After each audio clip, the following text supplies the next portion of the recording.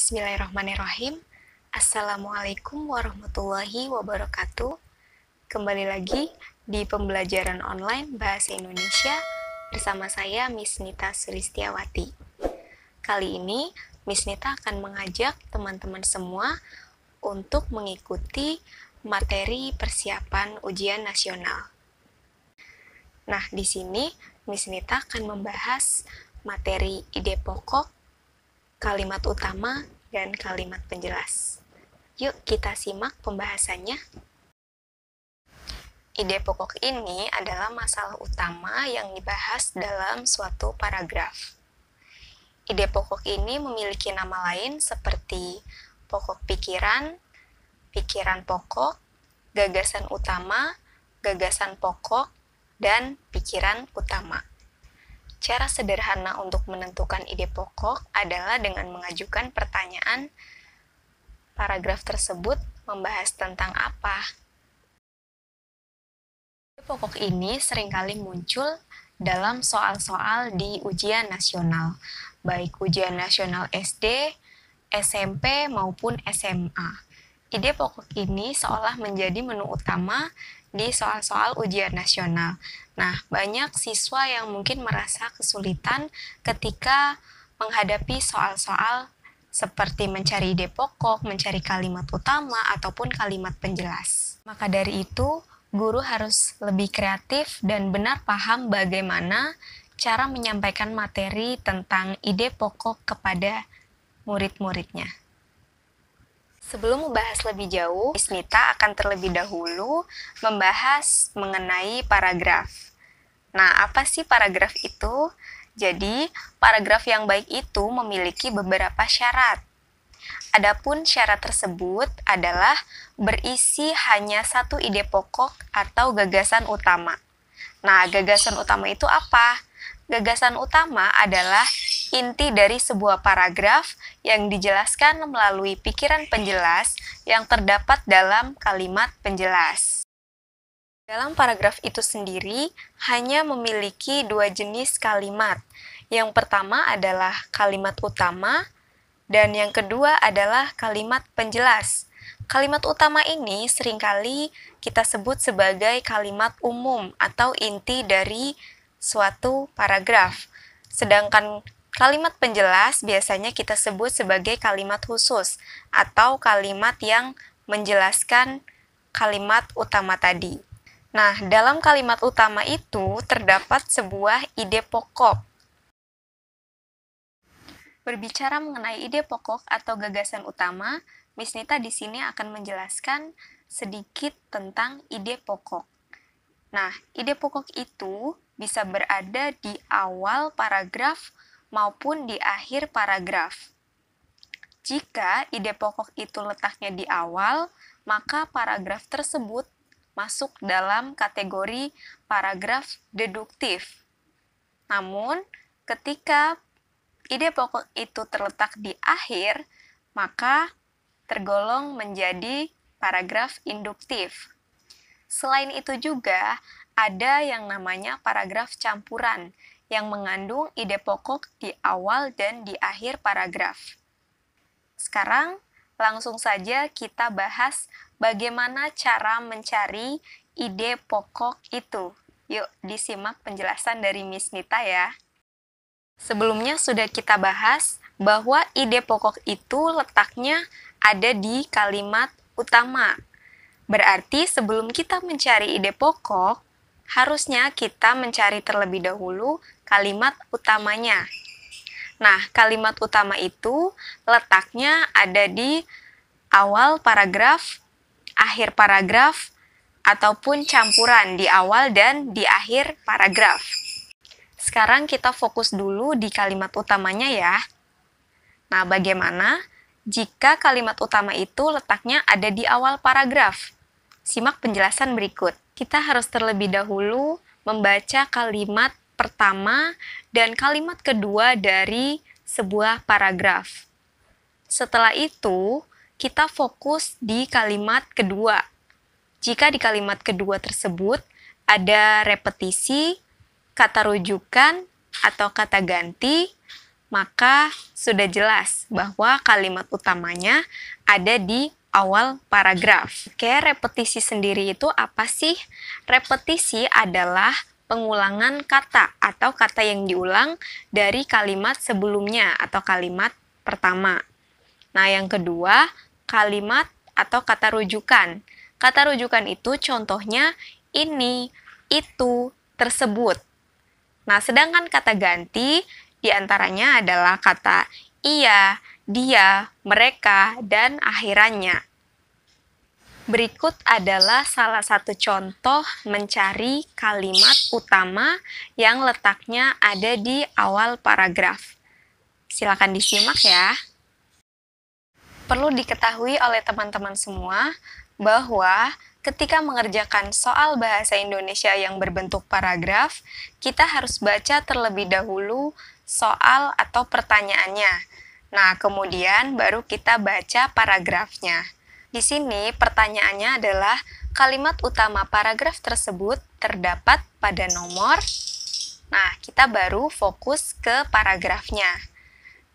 Kita sudah mengetahui bagaimana cara mencari kalimat utama yang letaknya ada di awal. Seperti yang sudah Miss Nita jelaskan tadi, kita harus membaca terlebih dahulu kalimat pertama dan kalimat kedua dari paragraf itu. Nah, di sini kalimat pertamanya adalah kanker merupakan penyakit yang disebabkan pertumbuhan sel jaringan tubuh yang tidak normal dan terus membelah diri dengan cepat dan tidak terkendali. Kemudian, di kalimat keduanya, penyakit ini merupakan pembunuh terbesar pertama di dunia. Kita di sini fokus di kalimat yang kedua ya. Kita lihat di sini ada kata penyakit. Penyakit itu merupakan repetisi atau kata yang diulang dari kalimat sebelumnya. Karena di kalimat pertama tadi ada kata penyakit. Kemudian, selain repetisi, di kalimat kedua ini juga ada kata rujukan, yaitu kata ini. Hal tersebut sudah kita ketahui bahwa kalimat utamanya berada di kalimat pertama atau di nomor 1. Penjelasan berikutnya, bagaimana jika kalimat utama itu berada di akhir paragraf. Ini lebih mudah ya, karena kita hanya fokus di bagian akhir paragraf. Jika di bagian akhir itu ada kalimat simpulan, maka sudah jelas bahwa kalimat utamanya berada di akhir paragraf. Nah, contoh kalimat simpulan itu apa saja? Kalimat simpulan itu biasanya ada kata jadi, kesimpulannya adalah.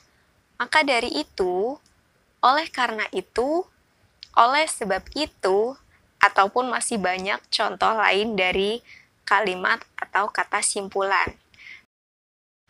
Demikianlah penjelasan cara mencari kalimat utama. Nah, setelah kita menemukan kalimat utama, maka kita akan mudah menemukan ide pokok di dalamnya. Adapun mencari ide pokok adalah sebagai berikut. Ide pokok itu dapat ditemukan secara eksplisit ataupun implisit di dalam kalimat utama. Apa sih eksplisit itu? Eksplisit itu adalah tersurat atau yang sudah dituliskan dalam teks tersebut. Sedangkan implisit adalah tersirat. Maknanya bisa kita maknai sendiri, kemudian kalimatnya pun bisa kita menggunakan kalimat sendiri yang bermakna sama. Berikut, silakan disimak contohnya. Seperti biasa, sebelum kita mengerjakan soal, kita harus terlebih dahulu membaca pertanyaannya. Barulah kita membaca teksnya atau paragrafnya.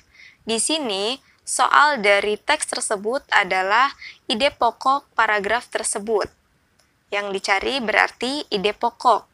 Nah, tadi cara mencari ide pokok itu adalah kita harus menemukan dulu kalimat utama kan? Nah, di sini, di teks ini tadi sudah ditemukan kalimat utamanya itu ada di nomor 1.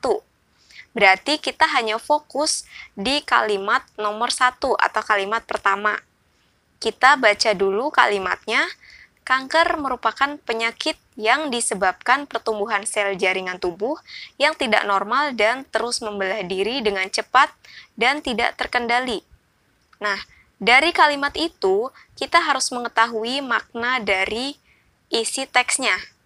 Kemudian kita baru lihat pilihan jawabannya dari A, B, C, maupun D. Sekarang kita harus baca satu persatu dari pilihan tersebut. Yang pertama, pilihannya adalah di bagian A, ada kalimat penyakit kanker merupakan pembunuh terbesar di dunia. Nah, untuk kalimat pada bagian A ini merupakan kalimat penjelas jika dalam teks tersebut, karena kita fokusnya hanya pada kalimat yang nomor 1.